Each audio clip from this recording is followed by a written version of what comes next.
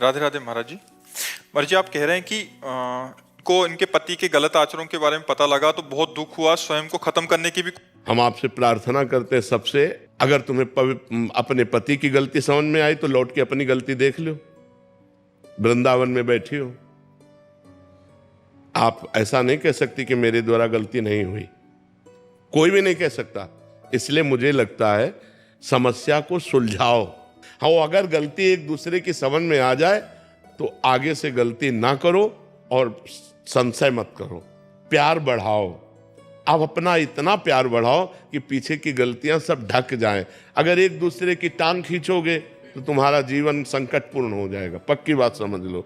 ये हम इसलिए कह रहे हैं ना कि आज का जो वातावरण चल रहा है उसमें अगर ये सोचो कि सती साध्वी पवित्र मिलना तो होगा कोई भाई, पर वही से है दीपक लेके खोजना है, नहीं मुश्किल ही मिलेगा। और कोई बाल ब्रह्मचारी पति कि जब तक ब्याह नहीं हुआ तब तक वो कोई गलत आचरण मिलना मुश्किल ही है। छोटे छोटे बच्चे हैं 12-13 वर्ष के, हस्त मैथुन के शिकार हो गए। गंदी बात तो गंदी, अब मोबाइल हाथ में है, बड़े बड़े मोबाइल हाथ में, तो हर चीज सर्च करके वो गंदी सब बातें देख रहे हैं, गंदे आचरण देख रहे हैं। तो हमें लगता है कि गृहस्थी को संभालने के लिए और पति को प्यार करके ऐसा सुख संपादन करो कि तुम्हारी गृहस्थी न टूटने पावे, नहीं तो फिर कुछ दिनों बाद आपस में मनमुटाव बढ़कर फिर डिवोर्स वाली बात आ जाती है, फिर जीवन सब नष्ट हो जाता है, फिर नष्ट हो जाता है। इसलिए हमारी प्रार्थना है कि गलतियां सबसे होती हैं, क्षमा करना चाहिए अपने पति की गलतियों को या पत्नी की गलतियों को, और दोनों को प्यार से रह करके एक नया जीवन बनाना चाहिए। पूर्व के जीवन में मिट्टी डालो, जब से तुमने हाथ मिलाया तब से पवित्र जीवन करो। ना तुम किसी और पुरुष की तरफ देखो, ना वो किसी और स्त्री की तरफ देखो, दोनों मिलकर जीवन निर्वाह करो, तब तो चल जाएगा। और अगर महाराज जी, अगर वो एक दूसरे जैसे ये हैं, पति नहीं सुधरना चाह रहे हैं, पत्नी नहीं सुधरना चाह रही है, हाँ, फिर वो दूसरा रास्ता हो गया। अगर नहीं सुधारना चाहते तो पहले सुधारने की चेष्टा करनी चाहिए, उसको प्यार देना चाहिए, फिर भी नहीं सुधर रहा है तो फिर रास्ता दूसरा हो जाता है। फिर तो जो मान लो जब तुम्हारी रति ही नहीं है हमारे प्रति और तुम्हारा दूसरा ही मार्ग है, तो फिर संबंध विच्छेद करके अपने जीवन की नई धारा चलानी चाहिए। अगर नहीं सुधरना चाहता, लेकिन अगर पीछे किया है और अब सुधर के चल रहा है तो अब तो सपोर्ट करना चाहिए और पूरा सपोर्ट करना चाहिए। किसी भी तरह उसको याद भी नहीं दिलानी चाहिए कि आप गलत थे। लेकिन अगर आज भी गलती कर रहा है और हम सुधारने की चेष्टा कर रहे हैं और नहीं सुधर रहा है और वो गलत मार्ग का ही अनुसरण करता है, तो फिर रास्ता दूसरा आ जाता है कि आप संबंध विच्छेद करके अपने जीवन को सही रास्ते पे चलाओ। शालू गुप्ता जी, ग्रेट एंड राधे राधे महाराज जी। महाराज जी, मन को सच्ची खुशी और शांति का एहसास कब और कैसे होता है? जब भगवान का साक्षात्कार हो जाता है या शुद्ध ज्ञान हो जाता है। श्रद्धावान लभते ज्ञानम तत्परा संहितेन्द्रिया ज्ञानम लब्ध्वा पराम शांति मचिराधिगच्छति। ज्ञानम लब्ध्वा, जब ज्ञान प्राप्त हो जाता है अपने स्वरूप का तो परम शांति का अनुभव होता है, और जब भगवान की प्राप्ति हो जाती है तो चरम और परम सुख का अनुभव होता है। जो आनंद सिंधु सुख राशि, भगवान सुख के समुद्र हैं, और जब भगवान मिलते हैं तभी परम शांति और परम सुख का अनुभव होता है। इसलिए जीव को पाप आचरण छोड़ करके धर्म पूर्वक आचरण करते हुए खूब नाम जप करते हुए अपना जीवन व्यतीत करना चाहिए। ये जीवन भगवान की प्राप्ति के लिए, ये जीवन सुख की प्राप्ति के लिए। देखो, हर आदमी प्रयास कर रहा है सुख के लिए। आप विचार करके देखो, कोई दुख के लिए प्रयास करता है क्या? लेकिन सब अशांति में है। अशांतस्य कुतः सुखम, जो अशांत है वो सुखी कैसे हो सकता है? सब अशांत है, और अशांति का मूल कामना है, और कामना का मूल अज्ञान है। जब तक अज्ञान रहेगा तब तक शांति और सुख नहीं मिल सकते। चिंता, शोक, भय, कामना यही सताते रहते हैं। ओवर थिंकिंग में जीव परेशान है, नहीं परेशान है? तो जब तक भगवान का भजन नहीं होगा, अध्यात्म से नहीं जुड़ोगे, तब तक सुख और शांति का अनुभव नहीं हो सकता। कुछ भी कर लो। यहाँ आप बैठे, यहाँ एक वयोवृद्ध आकर बैठे थे और उन्होंने कहा मुझे कई मेडल प्राप्त है भारत सरकार से और खूब वैभव है, लेकिन मैं डर रहा हूँ कि अब मैं मरूंगा सब छूट जाएगा। इसका कोई उपाय है?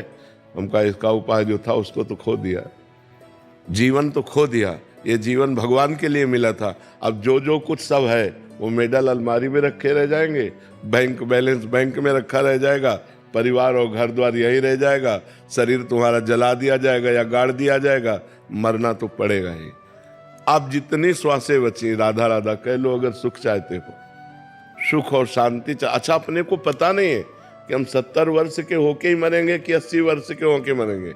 8 मिनट में मर सकते हैं, बैठे बैठे मर सकते हैं, जरा सा दिल फेल हुआ और आदमी मर गया। इसलिए हमें लगता है कि हमें भययुक्त होकर भगवान की शरण में जाना चाहिए। भय मुक्त होने के लिए भययुक्त होकर कोई नहीं है जो हमारी रक्षा कर सके। मृत्यु से कोई रक्षा नहीं कर सकता। फिर जब मृत्यु सब कुछ हरण कर लेगी तो हमारे पास रहा क्या? विवेक से देखो, भजन किया नहीं, अब हम परलोक में जाके क्या करेंगे? हमारे पास वो खर्चा नहीं है। जो धन परलोक में लगता है वो भगवान का नाम, वो तुमने लिया नहीं, तो फिर हम पिटाई करेंगे और नरक रूपी जेल में डाल देंगे, नाना प्रकार के दुख भोगना पड़ेगा। इसलिए सुख और शांति भगवान के साक्षात्कार में है, और भगवान का साक्षात्कार पापाचरण छोड़कर खूब जो भजन करता है उसको प्राप्त होता है। जी। गौतम जी झारखंड से। राधे राधे महाराज जी। राधे राधे महाराज जी। महाराज जी आपके चरणों में कोटि कोटि नमन। महाराज जी मेरा प्रश्न है कि पाप कौन करता है, शरीर या आत्मा? अगर शरीर तो इस देह का क्रम हम अगले जन्म में क्यों भोगते हैं? 3 शरीर है। स्थूल शरीर जागृत अवस्था में इसका भान होता है, स्वप्न अवस्था में सूक्ष्म शरीर का भान होता है, और सुषुप्ति में कारण शरीर रहता है। और इन तीनों शरीरों को जो संचालन करता है वो आत्मा है, उसके प्रकाश से संचालित होते हैं। और वो भ्रमवश अपने को शरीर मान बैठा। जो अहम है अंतःकरण धर्म में, अंत सूक्ष्म शरीर में अंतःकरण है। अंतःकरण में 4 वृत्तियां हैं। एक है निश्चय जो बुद्धि से होता है, एक है संकल्प विकल्प जो मन से होता है, एक है चिंतन जो चित्त से होता है, और एक है क्रिया को स्वीकार करना, मैंने ये किया, मैं ये करूँगा, उसे अहंकार कहते हैं। बस इसी अहंकार का जन्म मरण होता है। जो आत्म तत्व है वो इस अहंकार में तन्मय हो गया है, तो स्थूल शरीर छूट जाता है, सूक्ष्म शरीर, कारण शरीर और आत्मा उस अहंकार को लेकर के, तो अहंकार को पूरा का पूरा भोग भोगना पड़ता है। मैंने ये किया, मैं ये करूँगा। अगर उसने पाप कर्म किया तो पाप कर्म भोगना पड़ता है, पुण्य कर्म किया तो पुण्य कर्म भोगना पड़ता है। अब पाप कर्म किया तो सूक्ष्म शरीर, कारण शरीर, आत्म तत्व नरक पहुंचा जाकर उसको वहाँ यातना देह मिली। अब वहाँ वो नाना प्रकार की पीड़ाएं भोगता है, मरना तो है नहीं। अगर उसने पुण्य किया, बहुत पुण्य किया, तो देवलोक पहुंचता है, तो सूक्ष्म शरीर, कारण शरीर, आत्मा को देव शरीर प्राप्त होता है। और अगर पाप पुण्य फिर बराबर रहे तो फिर मनुष्य शरीर प्राप्त हो जाएगा। ऐसे बार बार जन्म मरण बार बार भोगना पड़ता है। फिर और भी योनियां हैं, 83,99,999 योनियां, उनमें भोगना पड़ता है। जब भजन के द्वारा हम अपने को मुक्त कर लें इन तीनों शरीरों से, तो खत्म हो गया। न कारण शरीर, न सूक्ष्म शरीर, न स्थूल शरीर, मैं ये नहीं हूँ, ये ऐसे पता नहीं चलेगा, ये भजन से पता चलेगा। जब बुद्धि शुद्ध हो जाती है तब ये ज्ञान हो जाता है, मैं शरीर नहीं हूँ अंदर से, तो मोक्ष को प्राप्त हो जाता है। या भगवान में प्रेम हो जाए तो मोक्ष को प्राप्त, 2 के अलावा नहीं। या तो ब्रह्म बोध हो जाए, स्वरूप बोध, और या भगवान से प्रेम हो जाए तो जीव का निस्तार हो जाता है। अन्यथा नहीं। बार बार कितने दुख भोगने पड़ रहे हैं मनुष्य शरीर में, कितनी समस्याएं हैं। अच्छा, हर चीज हम सुलभ कर रहे हैं, लेकिन मरना है, सब छूटना है। भारी समस्या तो ये है। मेहनत करके मकान तैयार कर रहे हैं, बैंक बैलेंस कर रहे हैं, पत्नी पुत्र परिवार सजा रहे हैं, और 1 मिनट में उजड़ गया। 1 मिनट में एक्सीडेंट हुआ, पूरा परिवार मर गया, या अपना शरीर छूट गया। क्या हाथ लगा? कुछ हाथ लगा नहीं। बड़ा धोखा है। इसलिए नाम जप कर ले, वही सार्थक है। जो भगवान का सुमिरन है वही साथ जाने वाला है, अन्यथा यहाँ सब कुछ छूट जाएगा, सब कुछ छूट जाएगा। बुद्धिमान वही है जो भजन कर ले, अध्यात्म में चल ले। अगर अध्यात्म में नहीं चला तो व्यर्थ जीवन चला जाता है। मानो खूब कमाई की, लेकिन सब कुछ यही रह गया ना। अब पीछे जन्म में आपका क्या क्या था, आपको कुछ पता है क्या? कोई हेल्प है क्या पीछे जन्म की? जो हमारे कर्म है उन्हीं को भोगना पड़ रहा है, दुख और भोगना पड़ रहा है, पीछे के जन्मों का कर्म भोगना पड़ रहा है। क्योंकि शरीर बदलता है, स्वरूप थोड़ी बदलता है, तो भोगना तो सूक्ष्म शरीर, कारण शरीर और आत्मा को होता है। समझ रहे ना? जो आत्मा देहाभिमानी बन चुका है उसी को भोगना पड़ता है। अहंकार विमूढ़ आत्मा कर्ता हमिति मन्यते, मैं करता हूं तो कर्ता को भोगना पड़ता है। इसलिए नाम जप करो, खूब नाम जप करो। आशुतोष मेहता जी, रोहिणी। राधे राधे महाराज। राधे राधे महाराज जी। गुरुदेव भगवान, भगवान श्री कृष्ण 16 कलाओं से युक्त थे। क्या ये कला धरती पर किसी इंसान में हो सकती है? यदि हाँ, तो ऊंचे स्थान पर स्थित साधु महात्मा? कभी नहीं, कभी नहीं, कभी साधु महात्मा किसी में भी नहीं। भगवान अद्वितीय है। चाहे जितना कोई सिद्ध हो जाए, सृष्टि की रचना कर लेगा क्या? प्रलय कर लेगा क्या? सूर्य पैदा कर देगा क्या?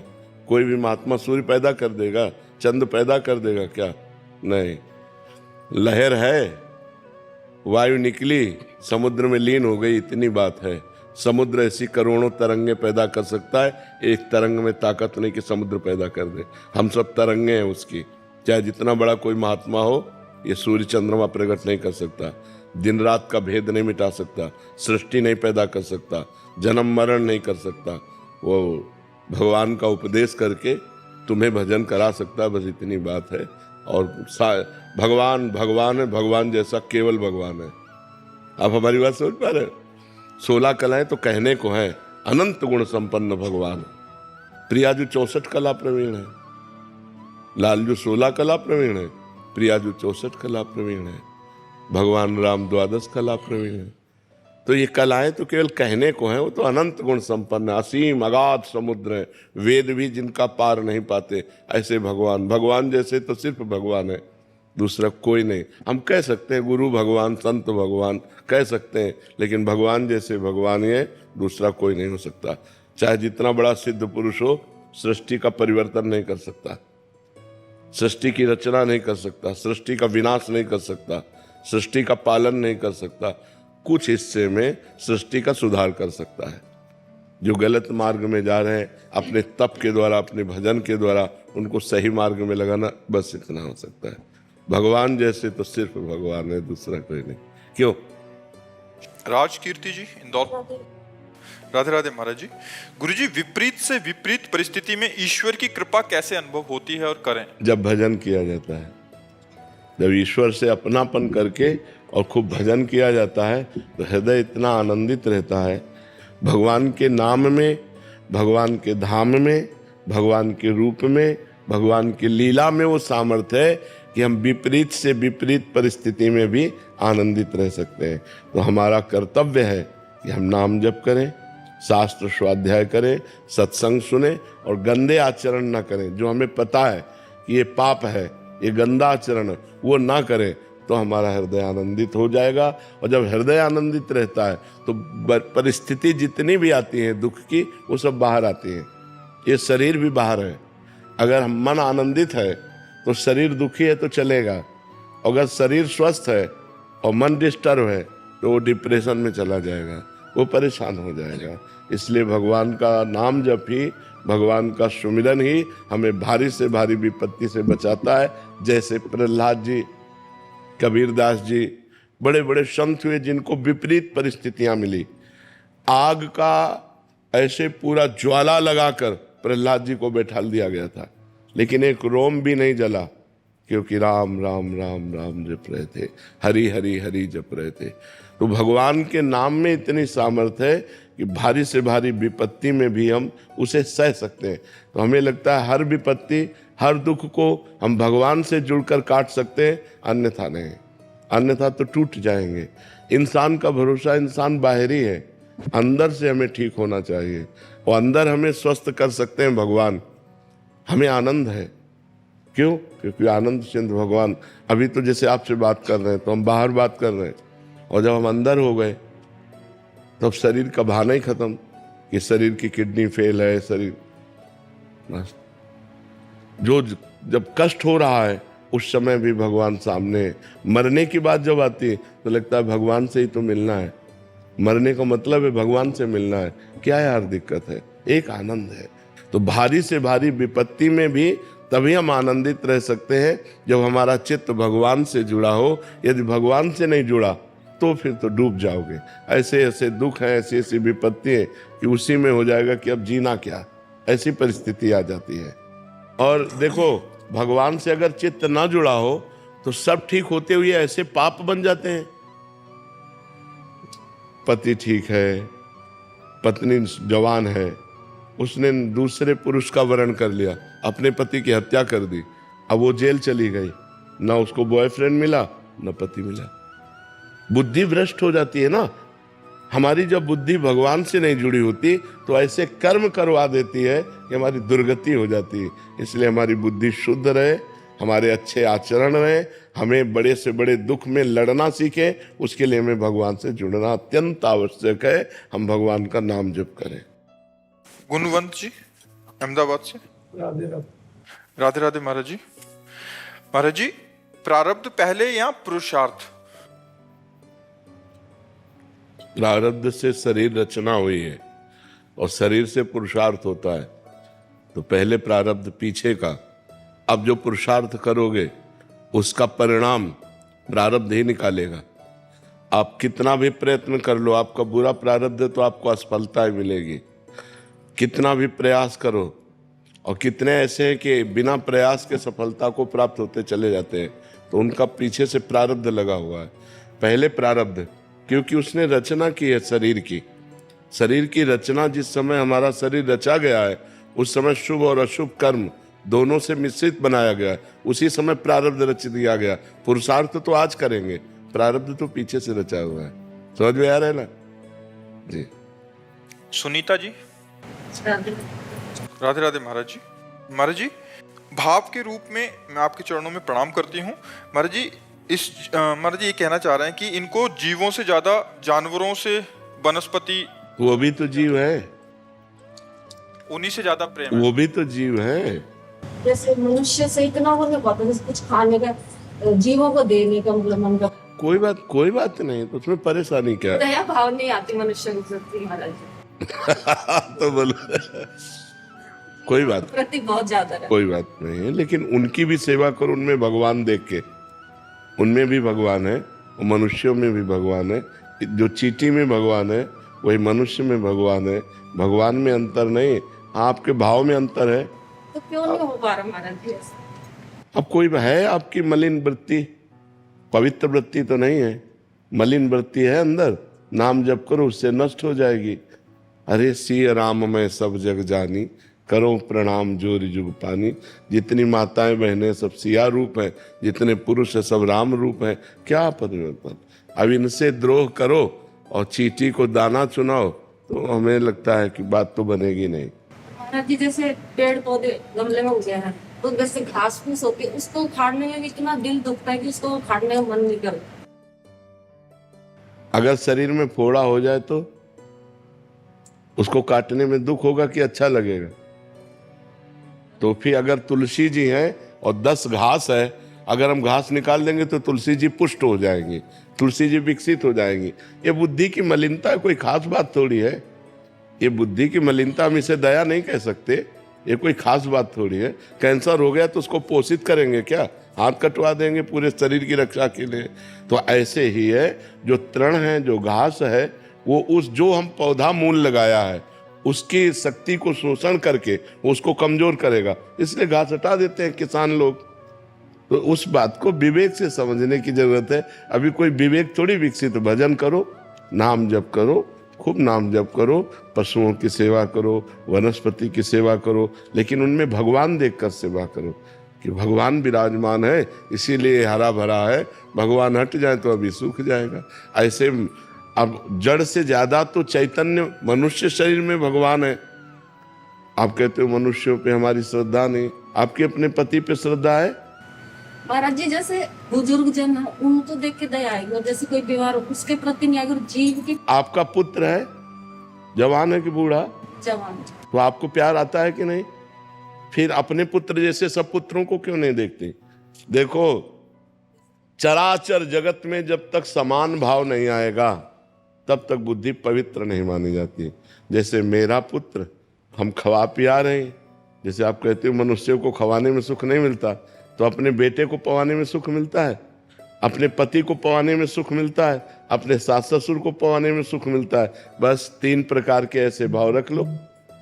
जैसे हम अपने पति को प्राणेश्वर मान करके पूजा करते हैं, तो ऐसे बहुत सी स्त्रियां अपने पतियों को प्राणेश्वर मानकर पूजा करती हैं। सब में वही भगवान विराजमान है।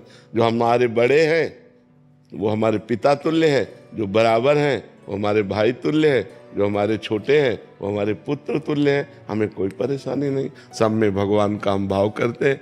पवित्र भाव करना है, किसी में भी भेद नहीं रखना, कुत्ते में भी भेद नहीं रखना, सुअर में भी भेद नहीं रखना, सब में भगवान विराजमान है।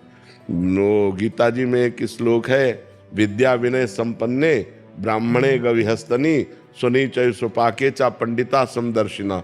जो विद्या विनय संपन्न ब्राह्मण में, गाय में, कुत्ते में, चांडाल में, हाथी में एक ही परमात्मा को देखता है, वही असली में पंडित है, वही ज्ञानी है, वही सही देखता है। जो कुत्ते में, गाय में, हाथी में, चांडाल में और मनुष्य में, सब में एक ही परमात्मा को देखता है। तो और थोड़ा भाव पवित्र करो। जैसे उनमें कोई घाव वगैरह कुछ भी हो जाए, दुखी तो महाराज जी अंतरात्मा रोती है। बिल्कुल हाँ, मनुष्य तो अपनी दवा करा सकता है, पशु दवा नहीं करा सकता। सबको चाहिए, अगर आप जैसे पशुओं का प्रेम सबके हृदय में हो जाए तो बहुत अच्छी बात, फिर मांस खाना बंद कर देंगे, क्योंकि लोग पशुओं की हत्या करके ही तो मांस खाते हैं। जैसे मुर्गा है वो अपनी जान बचाना चाहता है, बकरा है वो भी अपनी जान बचाना चाहता है, गाय भैंस पशु पक्षी सब, लेकिन मनुष्य इतना राक्षस हो रहा है, सबको काट काट करके खा रहा है। तो दया भाव तो पशु पक्षियों के प्रति भी होना चाहिए, पर मनुष्य के प्रति विशेष आदर, क्योंकि भगवान की सृष्टि का सबसे श्रेष्ठ रचना मनुष्य है। 84 लाख योनियों में आखिरी रचना है ये मनुष्य शरीर, जिससे भगवत प्राप्ति होती है, और किसी योनि से भगवत प्राप्ति नहीं हो सकती। इसमें हम भजन करके, तपस्या करके भगवान को प्राप्त कर सकते हैं, और किसी योनि में ऐसी सामर्थ्य नहीं।